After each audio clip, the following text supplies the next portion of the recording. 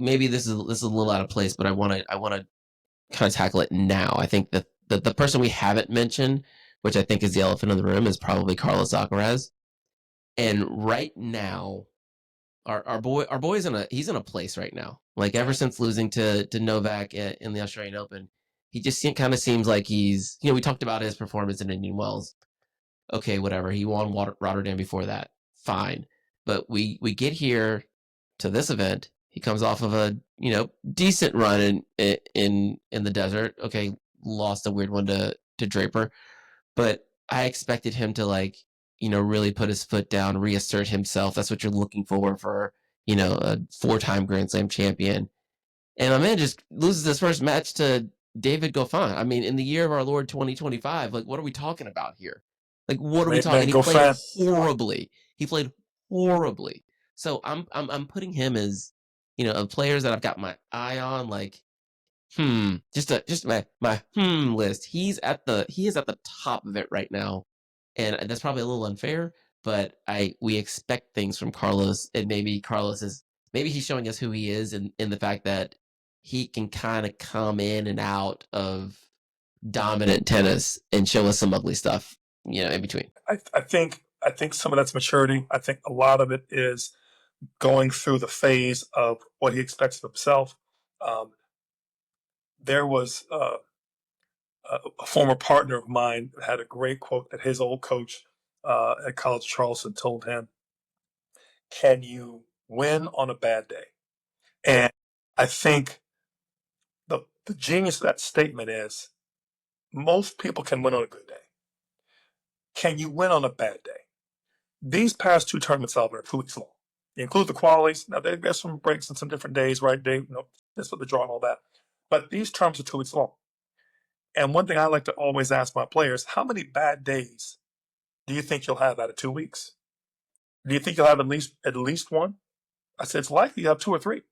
You'll also have 2 or 3 really good days, right? The rest of that is in between. But you don't get to decide necessarily when those days are. The genius of the best players, I should say, the thing that needs to be appreciated with the good players, you're watching them get through. It may not have been their best day on the tennis court, but they found a way to win. And what makes the GOATs of the game, obviously your Rogers, your Nadals, and obviously Novak, is they found ways to win on some bad days, right? I have to put Carlos in that category because he's won, 4 slams? So 4 slams. He's won 4 slams. You can't say the kid hasn't done it, right? I would take the loss itself as a blip, but I would still, like I said with Fritz, if he wants to establish himself as one of the greats in the game, he's got to be able to get through tournaments like this to play his game, or at the very least, followed up with a solid rebound tournament in Monte Carlo, Madrid, whatever the next big one is for him that he plays. And I think he will. I think the question for Carlos is, I don't want to see Carlos at a point where he's starting to question Carlos. He plays with such confidence and such athleticism and such just a pure, almost an innate sense. Some of the shots he goes for and things are almost stuff you wouldn't coach. You're sitting there holding your Yeah. like, oh, don't go down the line. Oh, great shot. Right. You need to have that. That's his superpower. But at the same time, you got to be able to win on a bad day. And I'm not saying that, and the two are not mutually exclusive. He can still go for that shot on the days he's on, but he has to learn how to just grind through more or less the routine matches and handle those kinds of things. Look, last week, Novak lost to Van der Sloot, or whatever his name is, and early in the Indian Wells too. So it's not uncommon that you can lose a random match. I'm not worried about Carlos. I'm more worried about other players than I am about Carlos. But I say that to say, but he has got to learn that side of it before, in my opinion, before number 5. Because at that point, he's matured and understand it's not all about I have to be on. And I really think that's where he's at right now, Alvin. So maybe there's three things there. He has to be on to win, and that's a burden. So I think there's 3 things there. Like one, you got to put some respect on my man Botic van der Zandschulp's name, and that he's beaten. Okay, hold on. In the last 7 months, no, it's been closer than that. In the last 6 months, he's beaten Carlos Alcaraz at the U.S. Open, He takes down Nadal in Davis Cup, and then takes down Novak in Indian Wells. Look, you can't say exactly. Put that hat on. You put that hat on right now. You can't say anything about Please, Bartik van please, der Zand Schulp. All right. Number please two, forgive me a you thousand yeah, pardons. yeah, First of all, you have to call him. Number two, there's give me a something number. there.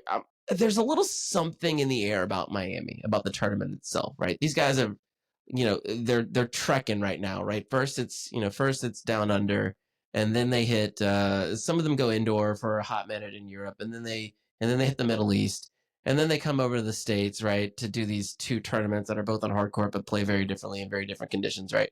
So I feel like when I was on site, like everyone just kind of looked like if they're losing matches, they're not putting up a huge fight about it. It's just kind of like, you know what?